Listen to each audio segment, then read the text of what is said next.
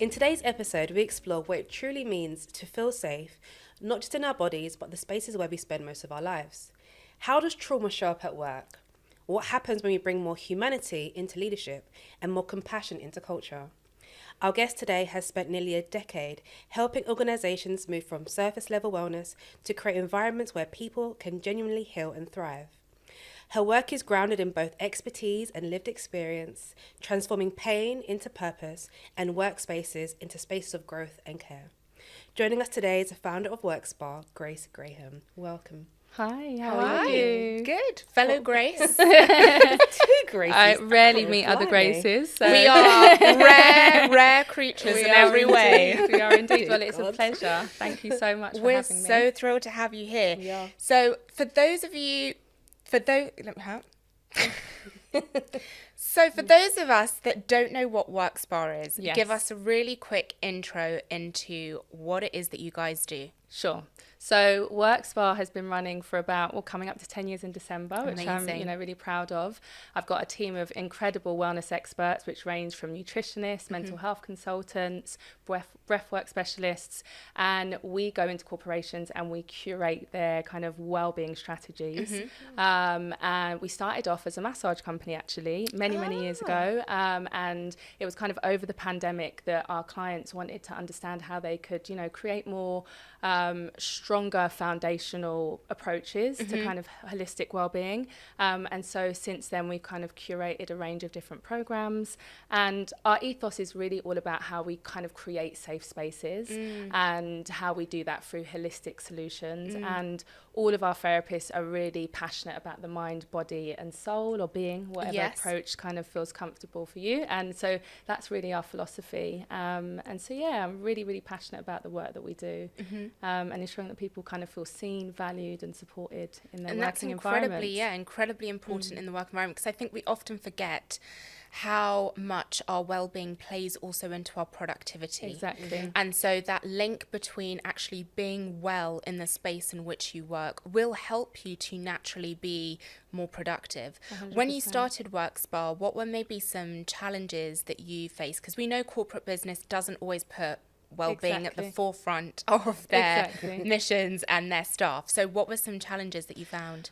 I think, 9 years ago, it was more of a tick box exercise, I think, really, and really getting organisations to understand that it's also a KPI. You know, as you said, if we have employees that are happy, feel valued and feel seen, then you show up, you know, and you want to give back to your organisation and in turn, then companies thrive. And so getting that point across can be challenging. But I think that, we've worked with so many amazing organisations over the years that, are still our clients today and really believe in creating cultures that are safe and valuing their employees. So you're always going to have the odd organisation that doesn't, that wants to do it as a tick box exercise, and sometimes that's how you get started, right? Whether it's Mental Health Awareness Week, we're going to do an amazing session on, breaking down stigma in work, and that starts the conversation, and you have to start somewhere. So we try to be as flexible as we can, to meet the needs of the organisation, and hope that you can sow a seed, and get people to then engage more fully. No, I love it. I still work in the corporate industry as well. It's so funny because yesterday they had a dog petting hour. Yes, it's so popular now. So popular now. Not that we deliver that service, but yeah. Sorry. Bring in a load of dogs, and you can go and pet dogs, play with dogs for an hour to boost your well-being. Yeah.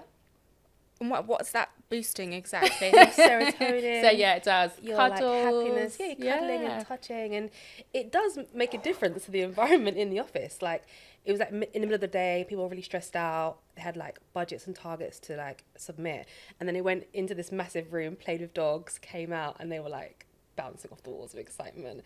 So I've seen it, and I'm that person. I would just like to up. let my team know that's never going to happen in our offices. So FYI. Did you come from the corporate world before? Prior, I was a teacher, actually. Okay. So, yeah, I wasn't Amazing. really in the corporate space. Yeah. But close enough, isn't it? Yeah, Yeah. in some ways. I mean, I've always been a creative, and I worked in early years. So, yeah, very sweet. And, you know, I've always loved kind of creating things and working with young children and their imaginations and incredible minds. But I got fed up with the kind of red tape and not being able to be creative, unfortunately, in the education system that we kind of is today. And it was kind of really going through some challenging times in my own life that I was like, right, you know, I really kind of want to consider what's next for me. And that all kind of started off the back of having some kind of difficult times in my own life. And then, you know, I think sometimes we have those pivotal moments that make us question, you know, our life, 100%. ourselves, What are we doing? and what the next chapter is that we want to take. And so yeah. I can go into more detail about all of that. Yeah, I mean, I'm Yeah. curious. What was We that? want all the juice. Yeah. Of course you do.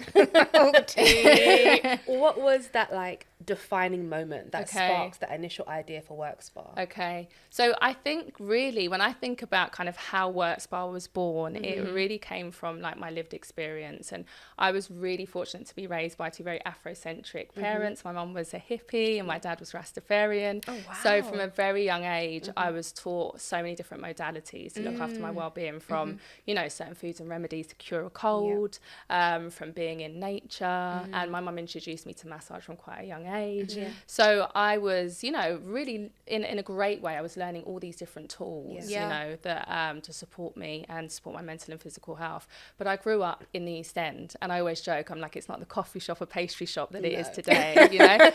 Hackney at the time had one of the highest gun crime rates. And so growing up in an area of deprivation, while in many ways I had a level of privilege, you know, being in an environment like that, you know, it meant that I experienced some really challenging things. And so by the time I was 19, my father had passed away, my boyfriend had also passed away, and I was assaulted, right? And so it was in that experience that I spent quite a lot of my life, I mean, it was my early teens really, that I spent a lot of my life kind of numbing the pain of all of that experience, because it was, you know, a lot of trauma in such a short space of time.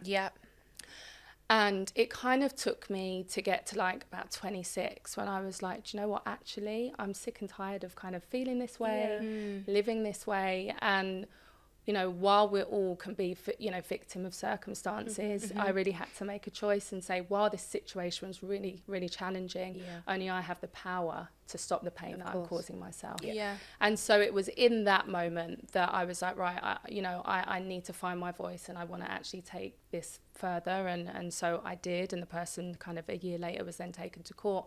But that was the pivotal moment in my life where I found my voice. And it was also the first time I felt seen, because as a woman, you know, and when you've experienced assault, often we are left to carry the burden of the shame of that, right? And so that stops so many women from reaching out about their experience. And so, you know, having to stand up and declare what had happened to me in a courtroom, while that was incredibly intimidating, it was also me saying enough is enough. And not just for me, for every other woman that's had to kind of bear this kind of experience. And then I was like, wow, if I can do this, I can do anything. And I had to stop working because, you know, there was so much to kind of manage to get me through that process. And my workplace at the time I was teaching were not very kind, you know, and that was really challenging. Luckily, I had an amazing union, etc. But it was in that moment that I thought, wow, a woman, you know, is going through what she's going through, and her workplace does not have the capacity to hold her. Like, you know, that was incredibly challenging. And if it wasn't for the union that said you've got to stop working, prepare yourself for this court case, I don't know what I would have done, really, you know. So that, in many ways, was just this amazing person that created that safe space for me.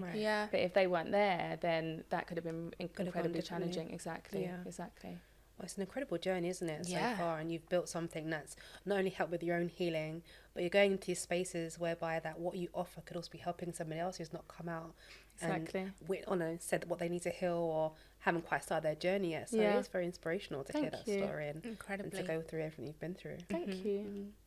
And obviously trauma, and especially like everything you're talking about, it does change people. For sure. And I think it takes a lot of work to focus on that change being positive. A lot of people, sometimes that can be quite negative. Of course. But how does trauma also show up? Because I think, as you were saying before, there's a lot of people, and I would suspect a lot of people in the workplace that may have experienced certain things. Yeah. You were lucky enough to find your voice and to speak out. But a lot of people, when they're dismissed or put down, or like, you're going to lose your job if you keep acting up, they just go quiet and they suppress everything. Yeah. How does that impact somebody long term, and why is it not beneficial for us? Yeah, I mean, it's difficult, isn't it? And everybody is going to be on their own journey. Yeah. And I think when we think about kind of well-being and holistic health, you know, no one size fits all. Yeah. So what's going to work for me may not work for the next person. But I think what organisations really need to do is create small pockets of safe spaces. So whether that's training mental health awareness, first aiders, having well-being champions in the organisation, and diversity is key, right? And that's something that's so important for me running a business, ensuring that my team reflect the global majority. Yes. Because our experience of mental health or trauma is going to differ depending on our class, our race, our gender and our age. And so, and to feel represented, we need to see people that look like us, right? Sure. Yeah. Because we have different experiences as a woman of colour. My experience is going to be different, right? Yeah. So that is something that organisations definitely, there's a work in progress, but could do much better at, right? Ensuring that when I need to go to that safe space, there's somebody that's either had a lived experience or really, you know, understands what I'm going through. And so I think we need to work harder at doing that in organisations. And it's about continuing to have the conversation, right? The more that we talk about mental health and talk about the complexities of that and what that looks like and how it shows up for different people, the more we can create spaces where people will feel comfortable to bring that to work, right? And ultimately, when we think about psychological safety, what we're saying is we need to create environments where people can be human, where we can come to work and we can come with a bit of our mess, and that's okay. Come with a bit of our, you know, mistakes, and that's also okay, and not be judged and not fear that we'll lose our jobs if we're not productive or performing in the way that we're kind of expected to. So I think the conversations is just necessary and they need to keep being had. And then we need to really be a bit bolder with saying perhaps it's mandatory that anybody in leadership or management need to do race awareness training, anti-racism training, really looking at trauma-informed training. And face our biases. We all have biases. That's life, that's reality, right? But if we can be strong enough to face them, we create environments that are a lot safer for those that are coming in that have already experienced institutionalised racism or already experienced challenge before they get to this working environment. I agree so much. I think as well, like you've touched on, like this, you know, bringing trauma to work, like the trauma that's kind of like in your face and the trauma that people hide. And ultimately this trauma, regardless, will affect your quality of work. So if your work environment isn't providing a safe space whereby you can be yourself or have a, you know, a network of people that who look like you or, you know, things you can do together outside of the work environment. For some leaders, it doesn't seem productive, but actually in the long term, it is productive for the individual's production and for the whole company's ethos and the morale of the office. So it's so important what you bring with WorkSpa and allowing people to have that bit of downtime in this workspace with work people. And it kind of brings that like humanness to it. Like I'm different outside of my working hours, and this is what I enjoy. It's very really cool. Important. Thank you. It is. And I also think what you said about people in leadership taking responsibility is incredibly important. I think it should be mandatory, but I also think they should have an obligation to want to learn these things. For sure. I think if you're managing a big team, even a small team, any team, you need to know who you're managing and how you can effectively manage them. And there are going to be nuances when it comes to culture, to religion, age. And I think it's very important that, you know, people in leadership have more accountability. I agree. We were talking briefly off camera about your work now also looking more at younger generations. Tell us a little bit more about what you've been doing with younger kids and how wellbeing also impacts those younger generations. Yeah.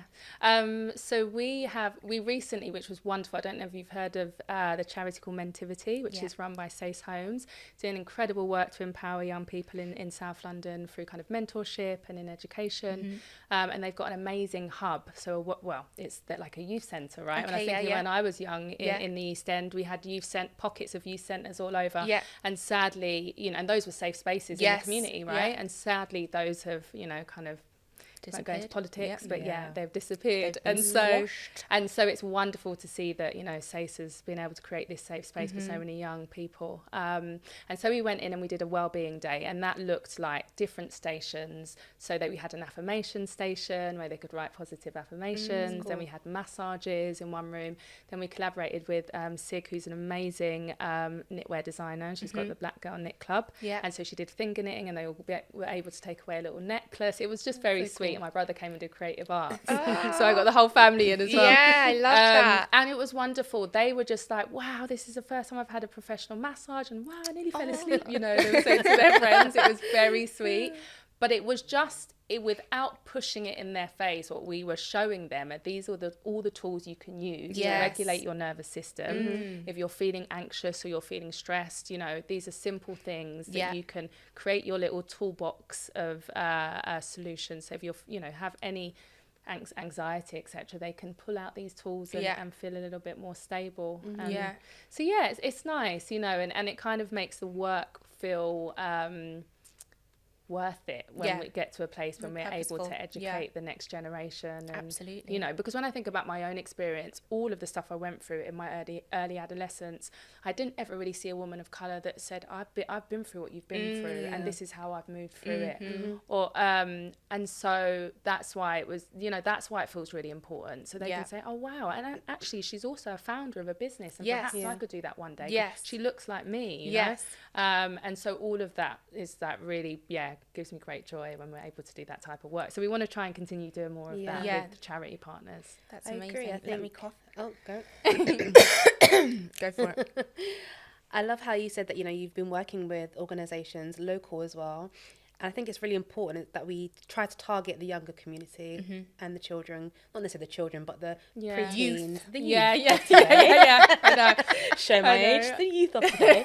I still feel like a youth sometimes. So I'm like, but I agree, it's really important because these young adults will go into the workplace one day and they're going to transition, and it's going to be really difficult for some to transition into that 9 to 5, what that looks like. So getting them to think about their mental health, their wellness, their well-being, and not glorifying slugging it and just like not sleeping, working really hard. Culture, it's such a bad work ethic and work culture, but also prioritizing rest and sleep and nutrition and wellness and well-being.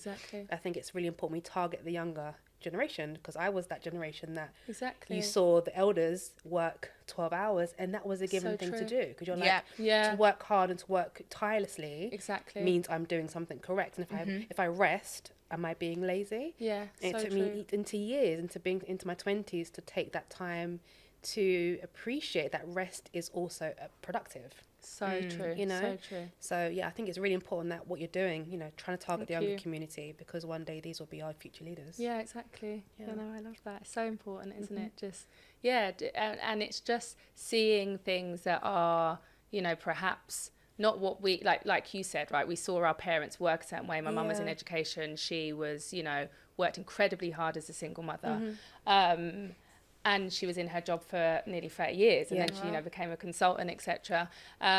So I didn't really, this idea of ever setting up a business wasn't something that I thought, would ever even be possible, But like you said, having these opportunities to come into spaces and show young people that anything's possible. You can be anything and you can create anything, I think it's important to represent that and give them those examples. And I think we talk about this with some other guests, that wellness has become very elitist. There is this sense that if you want to be well and you want to be healthy, there are certain things that you need to do, but it's all very expensive and not attainable to everybody. And I think a lot of the work that you do with WorkSpa, correct me if I'm wrong, but is also really showing people these are actually modalities and practices and methods that are not expensive. You can learn them yourself. They're easy for you to do at home, to share with your friends, to share with your partner, and it's accessible. It's making well-being accessible to people.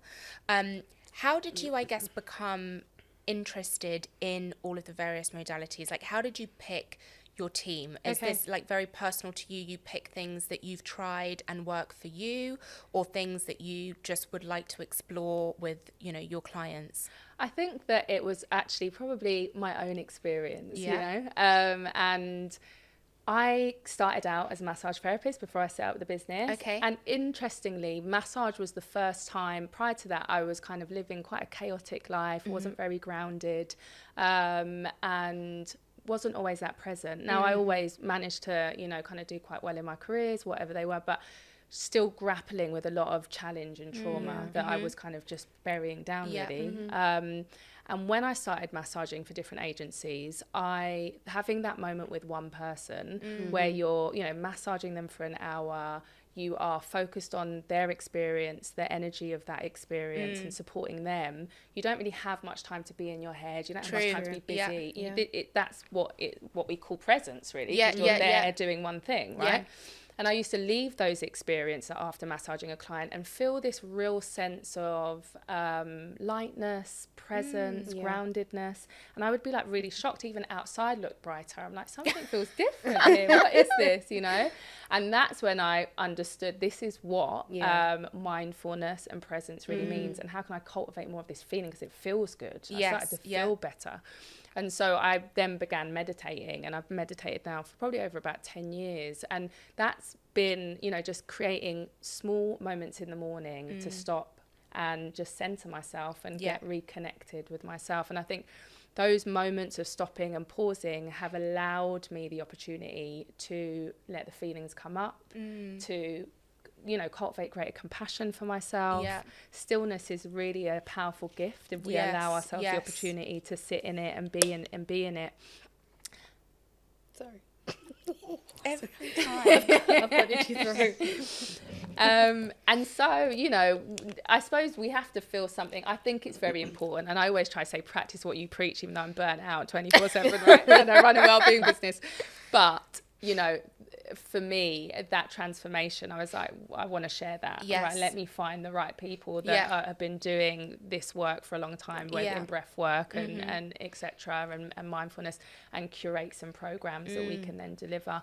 And we started off as a massage business, and I used to be a massage therapist. So, you know, it's been wonderful to see that evolve. And now we have, you know, teachers that train our massage teams, and we incorporate things like, you know, our essential oils, and those are all the essential oils I was using when I was younger, you know, that my mum used to get for me when I was a kid. So it's been lovely to kind of bring my passion for the different things that have helped me throughout my healing journey, and then kind of see it come to life in different ways. I love when something is so personal, because I think it really makes a difference. And I think one of the big issues, especially when you're taking wellness into a corporate space that can be quite sterile and cold and not like a warm, cozy space, it needs to be personal, and people need to feel it. And I think sometimes you get kind of these very big brands that will go in and do the well-being for corporate businesses to just tick off, as you said, a load of stuff off the list.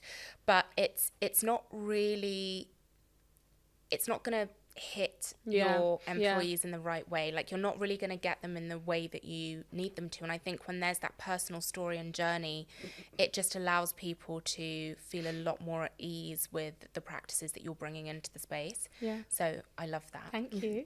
And I love as well that you come from the wellness industry, because like myself, I come from a massage background, yoga, and everyone's a masseuse, but nobody ever wants to give me a massage. I'm just saying. So my family are always moaning. I'm like, sorry, I don't have time. Same thing for every week. But honestly, I love that, because it's when you said it's about like finding that grounding, that peace. Like, I know that feeling to the T. And I often say to my partner, like, me going to treat clients often felt like a treatment for myself. Yes. Because it was the only time I got to like. But can I stop. ask a question? Yes. Because I've always wondered, even like, you know, when you go and get your nails done and it's like they're holding your hand for an hour, right? Yeah. When you get your nails done. Kind of. If somebody has like bad energy, does that ever like transfer? Because I feel like when you get your hands on somebody, there's a real like energy transfer. And if somebody's positive, it could work well. But if somebody maybe is not, have you ever had experiences where you're massaging them and you think, oh God? Well, yeah, of course, you know. But we, you know, learning how to manage your own energy, how to protect your energy, how to ground. There's so many practices that cleanse. You know, whether that's smudging with Palo Santo, sage, correct, or whether it's, you know, doing a meditative practice where you're covering yourself in a golden healing light. Whatever works for you. Everyone's got different ways of kind of protecting their auric field or their energy. And then maybe washing your hands after a treatment. We started to learn very quickly. And you know, when you're a massage therapist, you have a team, you know, not a team, but you're surrounded by other therapists sometimes, and you have those conversations about what works and what doesn't. Exactly. And also you just apply discernment. Yeah, like, exactly. For me, I used to see clients on a one-to-one, usually in their homes. So I can make that decision who I saw, and that's why I chose to. Have you ever been like, mobile. I don't want to massage you? No, because I have like intake forms, I have conversations, I have conversations before. There's a lead up before you. And they're usually recommended by people. Them. I kind of vet them energetically. Yeah, exactly. So true. So beforehand. But you often get people that come to you because they hold a lot of trauma. Or they're sad and they haven't been held. You get that a lot. And some people come to you and you massage them, as you would know, and they fall asleep in the first 5 minutes. Because they needed that rest. They need that deep rest and they needed time for someone to honour that rest. They paid for it. That's how much they needed it. And for moments like that, it really reminded me of what you said about like wanting to cultivate that feeling more, not just for myself, but then for other people, which is, I'm guessing, how WorkSpa kind of evolved. Yeah, exactly. And it's like, it's incredibly powerful having that, like the power of touch. It is. I'm often told this. I wouldn't know. So I feel like if you do have a modality or a technique whereby it can enhance somebody's just general well-being, then you should absolutely try to develop that and cultivate that. Because you have no idea what like that hour did for that person's day. I've never been able to fall asleep in a massage. What does that say about me? Oh. Actually, no, I don't want to know. She's like, wow. Start again. Because I can't, not many people fully have touched me, and I thought I could fully relax. In fact, only one masseuse I've no, that's like two. One in Jamaica and one in Milan, and only those two was able to relax. But most, I'm very, because my brain's always switched on. It's difficult. I find it very difficult. You have to like let go. I can't. But maybe like don't analyze what's happening so much and focus on breath. Yeah, exactly. Focus on like where you are, even if it's just like little things like what can I hear, what can I smell, taste, and then that kind of brings your senses down a bit. Body. Yeah, exactly. And then would you like to practice? I mean, do you not see how big my stomach is? I'm about to pop. You're not allowed to massage when you're pregnant. No, I can still massage, but it wouldn't last very long. I'd probably fall asleep halfway through. I love massage. I love bodywork. Like, honestly, I'm a massive bodywork. This is how like it all came about. Like me and Grace meeting. Oh, how wonderful! You know how bodies say. Yes, she didn't give me a massage. Actually, he's already said I've not actually treated her personally. But I think that love. She's all right, but I don't know. The love for wellness definitely comes about. So just going back into what we were talking about, like mindfulness and kind of having that somatic awareness. Yes. What advice would you give to people to help them to reconnect with themselves? Maybe not necessarily at work, but also at home. What advice would I give? I think that, you know, when I think about healing and wellness, it's such a journey, right? Yeah. It's not linear. And I remember when I was kind of at the beginning of this discovery journey of figuring out what works for me, I was like, I'm just going to have 2 therapy sessions and I'm going to be healed. I'm like, no, darling, it doesn't work like that, I'm afraid. Nope. And so it was really important for me to go on that journey and continue that journey and not to give up and continue to do the introspective work. And so that isn't easy, right? You know, and it is easy to be ignorantly blissful because the truth is, you know, while we're human. The parts of being human are hard, having to feel sadness and having to feel grief and all of that. But I think it's a necessary part of being human. It's what makes us so amazing, right? That we can sit in the joy and the pain, and all of that is what makes us who we are. And so I think if you have the capacity, you know, being able to firstly start talking about what's going on for you in a safe space, and whether that's a family member or, you know, somebody that you feel safe with, and then really considering like what's out there, like, you know, what do I really want to focus on in regards to kind of my wellness, and what does that look like. And for me, I knew that, you know, there were things that are affecting my life. It was patterns of behaviors that I wasn't really happy with, and I, you know, that were mainly based on my trauma.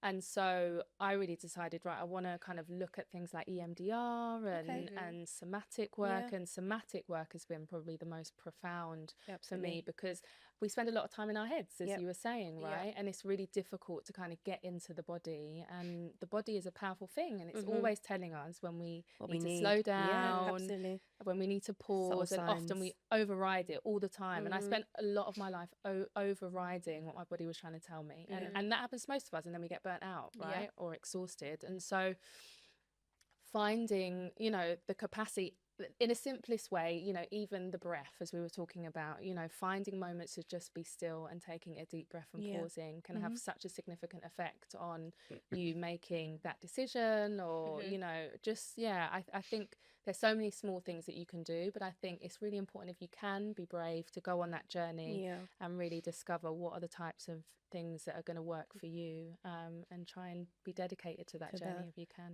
And not be afraid to explore. Exactly. I found that. Don't be afraid just to go to places that none of your friends want to go to, but just go anyway. Try something new. Exactly. Like the other day I did a static dance. It's the first time. And basically it's like incredible music, a room, no alcohol or anything, and you're just dancing. Wicked. Yeah, I've been trying to get roped into it that. was, you know, and I was a little bit like, to see you go to I was a bit like, what is this? You just got to let go, girl. Let your inner child out. Big money to see her do that. Oh, blimey. And actually, I really enjoyed it. It's so funny just thinking about it. I can imagine though, it's a great release. I couldn't fathom it. I just couldn't fathom it.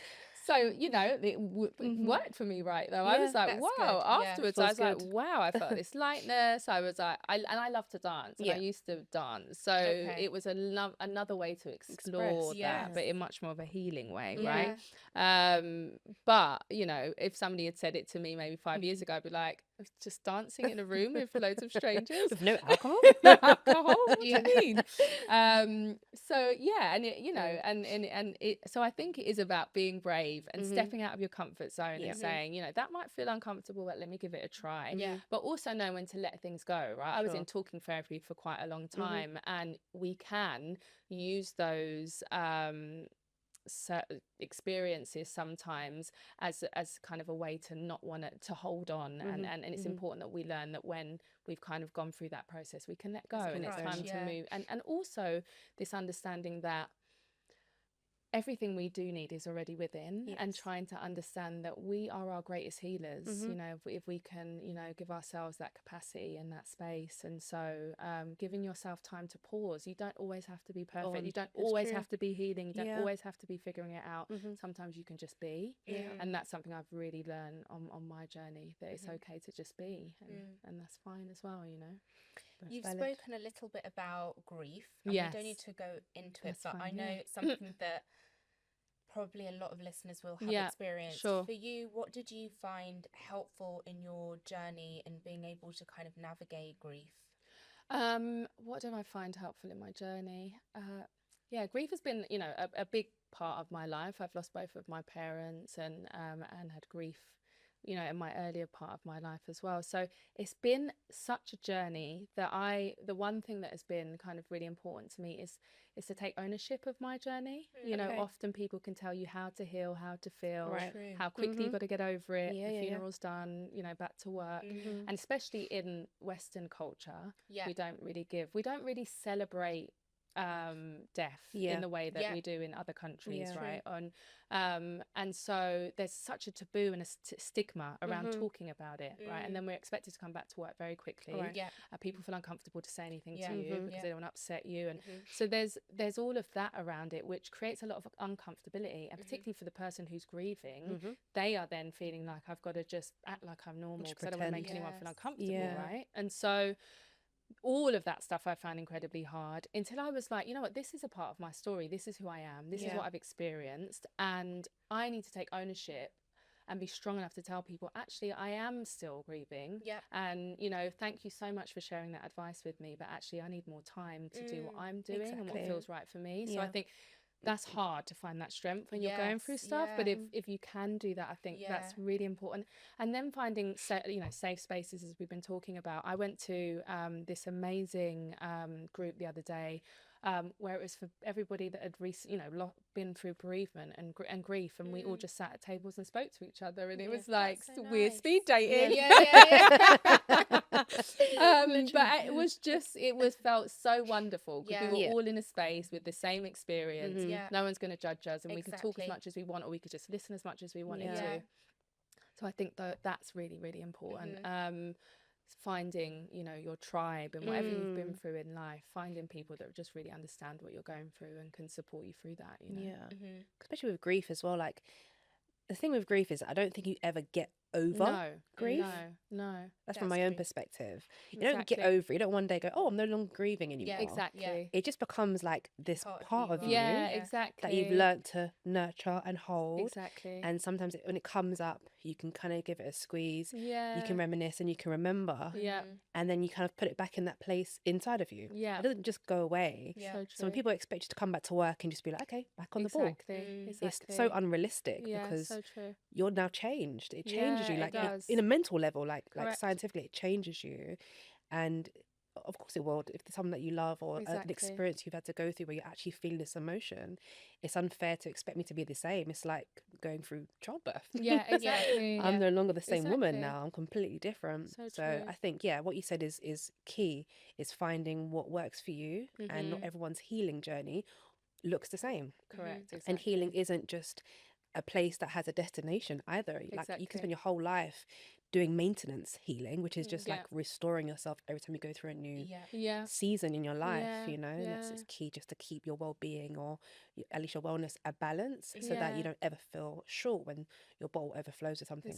That's so true. I really like what you said as well about taking ownership and communicating that, because I think, again, this is something that has come up in a couple of episodes where we've spoken about other things, but we're so afraid sometimes to ask for what we want, or what we need. And we almost don't want to be a burden to other people, or we don't want to make it awkward for other people, and we're always thinking outwardly of how others feel. But something as simple as just saying, like, no, I'm still very much grieving, or going through it, or today is not a good day, could we please not talk about X, Y, and Z, can actually be really beneficial. And I think taking ownership and being able to communicate that is incredibly important, and people should feel more confident to do that. I always feel like communication is the key and holds so much power as well in our well-being journey, how we communicate with one another. So that's really important. And now, obviously, you hold space for other people's well-being. But again, a little bit like what I was saying with the massages, like, I assume it can also be quite draining for you, because you are running a business and then going into spaces and interacting with people. How do you then take care of yourself? How does Grace fill up her cup again? I think it's practice, right? With anything, practice makes perfect. And I, from over the years of experiencing different modalities, from like the somatic to the EMDR to the mindfulness, I've kind of just created this toolkit of different tools that help me get through times that are challenging. And just everyday life, right? Everyday life. And it's as simple as, I love Louise Hay, and she was one of the first books I picked up when I was going through my healing journey, which is all about affirmations and learning to speak to yourself more kindly, basically. And so my kind of journey began with all of that, writing affirmations in the mirror, looking in the mirror every day and saying, I love you, Grace, I really do. It sounds so cheesy, but it really made such a huge difference it's a change in almost in neurological pathways in my brain. You know, when you've lived your life a certain way for a long time, that indoctrination can be really hard to untangle. And so it was through different practices like those that I don't need to use as much today, but they were the foundation which then helped me build on. And so now it's like, it's not as challenging, you know, it's not as challenging. Yes, I'm going through a difficult time, but when I go home, I'm going to sit down and just take a deep breath, do a bit of meditation before I go to bed, burn my Palo Santo, and I'll be fine. It sounds so easy, right? But, you know, good red. Yeah, exactly. Exactly. Whatever works for you. And I think it's really important to cultivate that toolkit. What does it look like for you? You know, nurture that. This is a part of nurturing yourself, you know, and the more that you can do that, then you're creating a safe space within yourself that you can always come back to. You know, you are your safe space. And so, it's a journey, isn't it? Yeah, it's a journey. It is bloody exhausting. For sure. I'm like, why am I not healed yet? The thing is, like, I turned 30 this year, and I feel like also a lot of what, talking again a little bit about, but like you were saying with younger kids and stuff, you're almost taught as a kid that when you're an adult, it's all going to make sense. Yeah, of course. And I think there's still this like narrative. No, but there is, like, I think we just teach kids, or, you know, like sometimes even when you say something, when you get older, you understand. When you're older, you'll get it. Yeah. And so, like, then you grow up thinking, well, at some point I'm going to get it. When am I going to get it? And now I'm 30 and I'm like, there are still so many things I do not get, no, or like true. I have gotten and I really didn't want to get. Yeah, because like, 30 isn't the be all end all. Like 30 is the beginning. I guess what I'm saying is that I feel like so much we left. put a lot of pressure on ourselves that as adults, to understand, know it you've all. got to kind of reach a place where you're ready, or you're like healed or mature, or however you want to call it. It's true. But actually then you get there and you're like, I'm more of a mess now than I was when I was 18. Like it's not getting any, I mean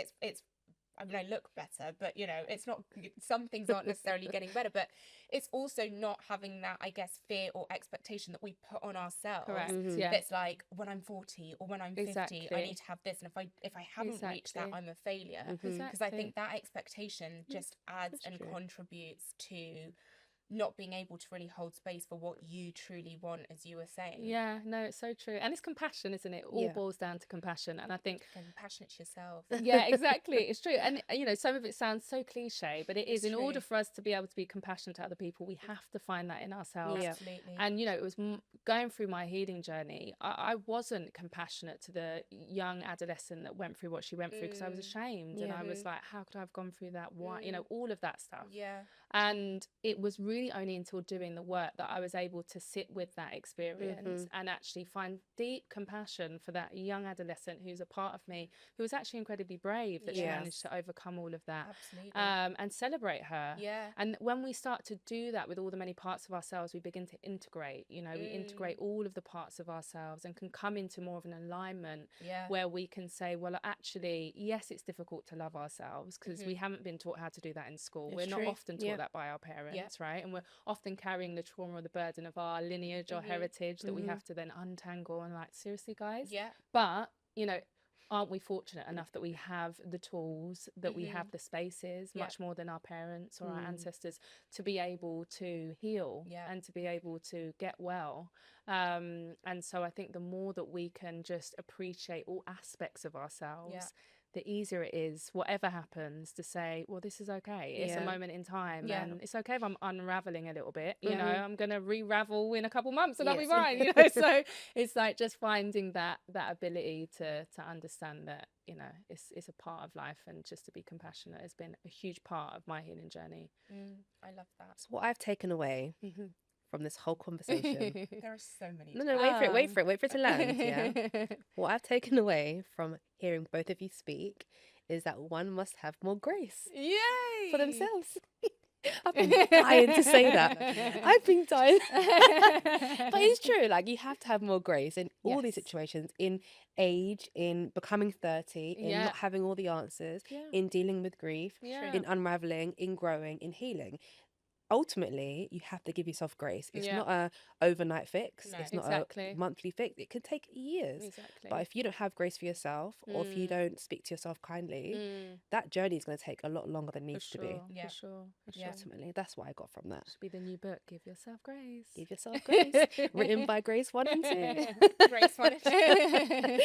It's been incredible. We absolutely loved it. Honestly, I could talk to you all day. I think your story and your journey is so inspiring. Thank you. We love to end every episode asking our guests, what is your healing equation? And what we mean by that is, what are some things that you do that you find really help you feel well and help you in your healing journey? What is my healing equation? I love that. I've not heard that before. I would say give yourself a bit of grace. See? I had to get that in there. But no, for sure. Give yourself some grace. I think that's compassion is in whatever modality or practice you are doing, you know, or whatever you're going through. I think the most important thing is, compassion, remembering that you're human and that is, you know, we are beautifully imperfect and always trying to remember that whenever you're going through stuff. But meditation has been for me the thing that has enabled me to be still, enabled me to get into my body, and just give me some reprieve, and it's taught me how to feel, really, how to feel. And so that for me has been a really important practice. And then I would say talking. Yes, you know, it's such an obvious thing, but I spent years of my life not talking because of fear of shame, because of guilt, and, you know, and actually that was really the most liberating thing that I could have done. Speaking, sharing my journey. And what's been important about that it's allowed other people to feel seen through my story. And, you know, also for me to feel empowered and seen through other people too. So the more that we share, the more that we give ourselves that opportunity to be seen and others, and it's a beautiful ripple effect. So when we can, I think it's really important to share our stories, because we all have beautiful stories to share, you know? Yes. Incredible. I love that. And what projects do you have going on right now? What's going on for WorkSpa? So WorkSpa, what's going on for WorkSpa? I mean, we're just busy, which feels wonderful to be back after, you know, surviving pandemics and all of that. And it feels wonderful to have curated such an amazing team of wellness experts. And they're just amazing. I pinch myself often, as I can imagine you do with your teams as well, you know, just having such diverse women from all walks of life who are really, really passionate about this holistic ideology and the way that we work. So that for me just feels so amazing. And so we're kind of just doing our thing and still supporting organisations, and we're really, really helping organisations to do the deeper work. So, you know, we do a lot of stuff around strategy to get them to, you know, audits and understand the voices of the employees in the organisation before we try and roll out any programme. So we're really focusing on kind of like our wellbeing audits at the moment with organisations. Incredible. And where can we find you? You can find me at WorkSpa on Instagram and WorkSpa UK on LinkedIn. And perfect. Most of you in the corporate world should check it out. Thank you.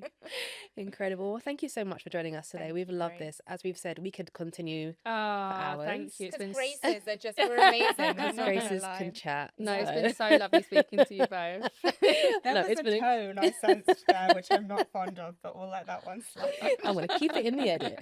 But no, it's been fantastic. I've loved it today. Thank you. And you've shared so much. So thank you so much. Thank you. It's been a pleasure. Thank you for having me. And that's all we have time for today on The Healing Equation. As always, be well. Thank you. If you liked today's episode, don't forget to like, comment, share, and subscribe. Until next time.